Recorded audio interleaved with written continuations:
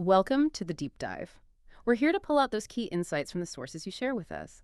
And today, well, we're diving into something that hits close to home for probably, well, almost everyone listening. The constant chatter of our thoughts, the waves of emotion, especially in this kind of crazy, fast-paced world. Our guide is a really interesting book, Easy Book of Thoughts. And it kicks off with this story that, honestly, it really struck me. Picture this. A 45-year-old medical rep, successful guy, knows his stuff, years of experience, and suddenly he's hit by this crippling anxiety attack. He shows up at the author's clinic, the doctor, heart pounding, talking super fast, can't sit still. It's this intense restlessness they call akathisia, all his tests. Normal, but it took hours, medication just to get him somewhat calm. His whole career, his identity felt threatened, not by some outside event, but by his own mind, the internal pressure. It just shows how even people who seem totally put together can get overwhelmed by that internal chaos. It really does. And that story, I think, sets up what we're trying to do here perfectly. We're not looking for some single absolute truth today. Instead, we're exploring a set of really useful perspectives from this easy book of thoughts. The author saw this struggle everywhere and basically created a guide. It's about finding a bit of a window of order, as they put it, in all the natural chaos of life. And the key, understanding our thoughts, learning to see that inner world differently, reclaiming some agency. Okay, let's unpack that then. The book starts with a fundamental question. What is a thought? And the definition is, well, it's not what you might expect. It's not described as some solid thing we possess. It's framed more like a fleeting energy, a transient turbulence, like a ripple on water. And we make this mistake, right? We identify with these ripples thinking, that's me, like a cloud thinking it's the whole sky. Exactly. Which leads straight into what the book calls the trap. That's the core issue. We fuse with these turbulences. We start believing, I am this anxious thought, or I am this angry thought. The analogy used is brilliant, actually. Imagine your body's a car. Now you, the real you, the observer, the sphere of light connected to something bigger, you're actually supposed to be aware, maybe in the back seat observing. But your thinking brain, that's the driver. And it's restless, constantly predicting, planning, analyzing, worrying. In the trap, most of the time, we're totally asleep back there. We've let the brain just take the wheel, and we think we are that constantly chattering driver. We're just got along for the ride. That makes sense. So if the brain is this autopilot driver, how does it manage to take perfectly neutral thoughts, just those passing ripples, and twist them into something negative or stressful? Yeah, that's the million-dollar question, isn't it? The book breaks down how this driver brain distorts reality. It's not doing it on purpose. It's just running old programs, these ingrained patterns. But the result is chronic stress, which really wears down the car, our physical body. Let's maybe touch on a few common distortions. I bet you'll recognize some of these. First up, personalization. This is classic. Taking something totally neutral, maybe a comment someone makes or an event, and thinking it's somehow directed at you. Like seeing someone's happy post online and immediately thinking, oh, they're rubbing it in, or why not me? That's personalization twisting things. Right, making it all about you when it probably isn't. Exactly. Then there's a doomsday scenario. Our brains are meant to spot danger, sure, but this takes it way too far. You jump to the absolute worst possible outcome for any tiny risk. A headache? Must be a tumor. Made a small mistake at work. Career over. It's like the brain skips straight to the disaster movie ending, ignoring all the, probable, less dramatic possibilities. I can see that one. Then there's playing the victim role. This one's subtle. It's where you constantly blame external factors or other people for your problems. Instead of looking inward or seeking solutions, you kind of give away your power, feeling helpless, like things just happen to you. That feels like a really easy trap to fall into. It is. And another big one, all or nothing thinking, seeing everything in black and white, 0 or 1. If something isn't perfect, it's a total failure. If you eat one cookie, the whole diet's blown. There's no middle ground, no shades of gray. The thing is, these aren't just abstract ideas. These distorted thoughts trigger actual stress responses in the body. Cortisol, adrenaline, day after day, that takes a toll. Okay, so if we're stuck in the backseat and the brain's driving erratically through these distortions, how do we start to, wake up? How do we become that watcher? What's the first move? The book suggests starting with 2 really powerful foundational actions. First, simply observing the brain. Literally, consciously deciding to wake up in that back seat and just watch what the driver brain does. Notice its patterns, its repetitive loops, what it craves, what it dislikes. It takes effort, yeah.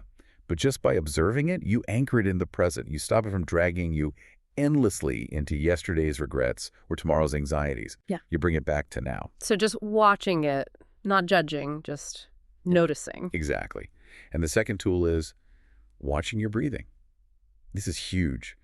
The book calls breath the gateway to the present, and even a valve that controls emotions. When you practice intentional controlled breathing, like making your exhale longer than your inhale, breathing low into your belly, through your nose, you're essentially giving yourself a set of handbrakes. When things feel like they're escalating, you can physically pull that brake, signal to your nervous system, okay, slow down, we're safe. Handbrakes. I like that. Okay, so observation and breath are the starting points to create some space. But how do we make this stick? What are the core shifts needed to really embed this? Right, to make it more than just a temporary fix, the book highlights 3 crucial mindset shifts, or starting points for change. First, and this is really important, forgive yourself. Yeah. And forgive your brain. Our brains evolved for survival, right? They sometimes react to a work deadline with the same intensity as if facing a tiger. It's an overreaction. It's kind of dumb in that sense. So forgive its clumsiness. Forgive the mistakes you made when it was driving on autopilot. Let go of that self-blame. Okay, forgiveness. That's big. What else? Second, practice mindfulness, which really just means keep doing what we started with. Keep watching. Keep staying awake in that back seat. Observe your thoughts, your feelings, the brain's antics, without getting sucked in, without judgment. Just persistent, gentle awareness. Right. Keep practicing the observation. And third, keep your attitude clean. Think of your attitude as the windshield of that car you're in. If it's dirty, smudged with negativity, everything you see will look distorted. Keep it clean, keep it positive. Actively choose a positive filter as much as possible. A clean windshield. Okay. Now, let's talk emotions. They can feel like, well, like a tsunami sometimes, right? Totally overwhelming. The book has tools for managing them, but it's not about just stuffing them down, is it? Absolutely not. Suppression doesn't work long term. The key insight here is how emotions are defined. They're physical responses of the body to your thoughts. They aren't facts. They're energy in motion. They're actually neutral signals. They only become powerful and problematic when we react to them wrongly, when we fuel them.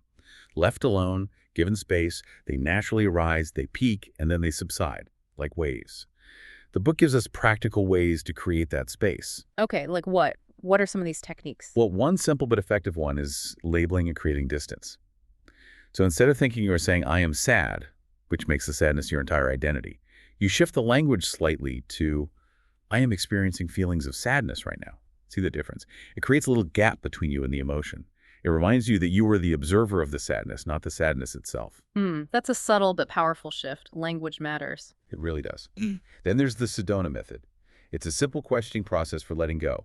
You first welcome the feeling, acknowledge it's there, then you ask yourself, could I let this feeling go? Just could I? Then would I let it go? Am I willing? And finally, when? Maybe the answer is now. You just repeat these questions gently until you feel a shift. It's about actively choosing release. Could I, would I, when? Okay, what else? There's the RAIN method. It's an acronym, really helpful for dealing with difficult emotions. R is for recognize what you're feeling. Just name it. This is anxiety. A is for allow. Let the feeling be there. Stop fighting it or wishing it away. Just allow. I is for investigate. Get curious. Where do you feel it in your body? What thoughts are swirling around it? What does it really feel like without the story? And N is for nurture. This is about self-compassion. Offer yourself some kindness in that difficult moment. RAIN. Recognize, allow, investigate, nurture. That feels like a very mindful approach. It is. And one more really practical one, the A-shell method. Before you make a big decision or react impulsively, especially when feeling agitated, just HLT and ask, am I hungry, angry, lonely, or tired? Because often these basic physical or emotional needs are hijacking our responses. Address the HLT need first, and you'll likely see the situation much more clearly. HLT. That's a great checklist. Simple, but probably stops a lot of regrettable reactions. Definitely. These are all tools to build that emotional muscle over time. And the book also talks about something really straightforward. Journaling. Writing down thoughts, planning solutions. How does that fit in? Yes. This connects to something called the Zeigarnik effect. Our brains tend to obsess over unfinished tasks or unresolved worries. They keep looping. Journaling, especially when you not only write down the worry but also brainstorm potential steps or solutions, helps to close that loop for the brain. It's like saying, okay, brain, I've acknowledged this, I have a plan, even a basic one. You can relax now. It reduces that mental churn. It helps separate what's actually solvable from just rumination. Right, getting it out of your head and onto paper with a plan. That makes sense. And to really solidify this shift towards agency, The book offers two lifelines, kind of core principles. Lifeline 1, don't play the victim. Take ownership. Recognize you have the power to respond, to choose, to act, even in difficult situations. Stop waiting to be rescued. Lifeline 2, don't complain. Complaining often just reinforces negativity and keeps you stuck. Focus that energy instead on finding solutions, communicating needs constructively, and taking action. So take responsibility and focus on solutions, not problems. Powerful lifelines. Then it adds 2 firewalls for life. These sound protective. What are they? Yeah, think of these as proactive mental shields. The first firewall is gratitude, making it a daily practice to consciously notice and appreciate the good things in your life, big or small. Thanking the universe, or whatever you connect with, this isn't just, positive thinking fluff. It actively rewires your brain to scan for the positive. And it has deep roots in Stoic philosophy too, finding contentment within. Gratitude is a firewall. Okay, and the second? Forgiveness. And this is crucial. The book emphasizes forgiving for your own sake. Holding on to anger, resentment, bitterness, it poisons you. Forgiveness is about releasing that burden, cutting those ties, finding your own peace. It doesn't excuse the other person's behavior, but it frees you. The book even lays out a 10-step process for doing this deeply and honestly, including trying to understand the other side and your own part in things. Forgiving for yourself. That reframes it completely. Exactly. And since we mentioned Stoicism with gratitude, the book briefly touches on other relevant Stoic ideas that build resilience, like negative visualization, occasionally picturing losing the things you value, not to be morbid, but to really appreciate them now, increases gratitude. Or hormesis, voluntarily embracing small discomforts, cold showers, tough workouts to build your tolerance for larger challenges, like a mental toughness training. Also fatalism, about the past, accepting that what's done is done, you can't change it, so focus your energy forward. And the trichotomy of control, understanding what's fully in your control, your thoughts, actions, what's partially in your control, and what's completely outside it.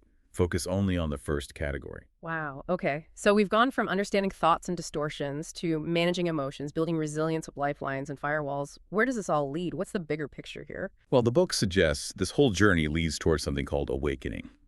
This is the deeper realization, the felt sense, that you are not just your brain, your thoughts, your feelings, your ego identity. You are that watcher, that sphere of light, that eternal energy connected to something vast. Yeah. And this awakening often triggers a shift in what you seek in life. You might move away from purely external hedonic goals, like just chasing money or status, which can feel hollow, towards internal eudaimonic happiness. That's happiness derived from meaning, purpose, connection, using your potential. Eudaimonic, like finding fulfillment rather than just fleeting pleasure. Precisely. And the book connects this to psychological models like PERMA. It suggests well-being comes from cultivating positive emotions, engagement, being absorbed in activities, good relationships, meaning, a sense of purpose, and accomplishments, working towards goals. It also talks about the flow state. You know those times when you're so immersed in something challenging but enjoyable, you lose track of time. Oh yeah, absolutely. Total absorption. That's flow. Mind and body stretched, fully engaged. That's a key part of that eudaimonic happiness. So this journey of self-awareness leads to a deeper sense of purpose and engagement. What about the end? The book tackles death, too. It does, quite directly. It suggests that from the perspective of the watcher, the eternal energy, fear of death, is actually kind of laughable. Yeah. Because if you are that eternal energy, death isn't an end, it's more like a transition, a return home. So the focus shifts. If death isn't the ultimate terror, the question becomes, what is your legacy? What do you leave behind? And what is the legacy, according to the book? The ultimate legacy, good thoughts. Not just your own fleeting thoughts, but resilient, positive, constructive ideas. Teachings, perspectives, ways of being that benefit others and can ripple down through generations, even shaping cultures. It mentions J.D. Krishnamurti as an example, someone whose ideas about truth and freedom continue to resonate long after he's gone. That's the kind of legacy it's talking about, planting seeds of wisdom. Good thoughts as a legacy. That's profound. But thinking good thoughts is one thing. The book makes it clear that's not the whole story, right? Absolutely critical point. It calls this the main thing. Thoughts without action. They just fizzle out. They die. Positive intentions are great, but they need legs. The book uses the daffodil principle here. It's basically the power of small, consistent actions, like planting one daffodil bulb every day. Seems tiny, but over time you get this incredible field. It's the Kaizen principle, the compound effect. That 1% improvement daily adds up exponentially, like 37 times better in a year. So it stresses resilience, grit, the application of those good thoughts through consistent effort. That's how change actually happens. The daffodil Yeah. principle. Small steps, big impact. Okay. And finally, bringing this all home, the book uses a fantastic example about the power of perspective. Can you share that?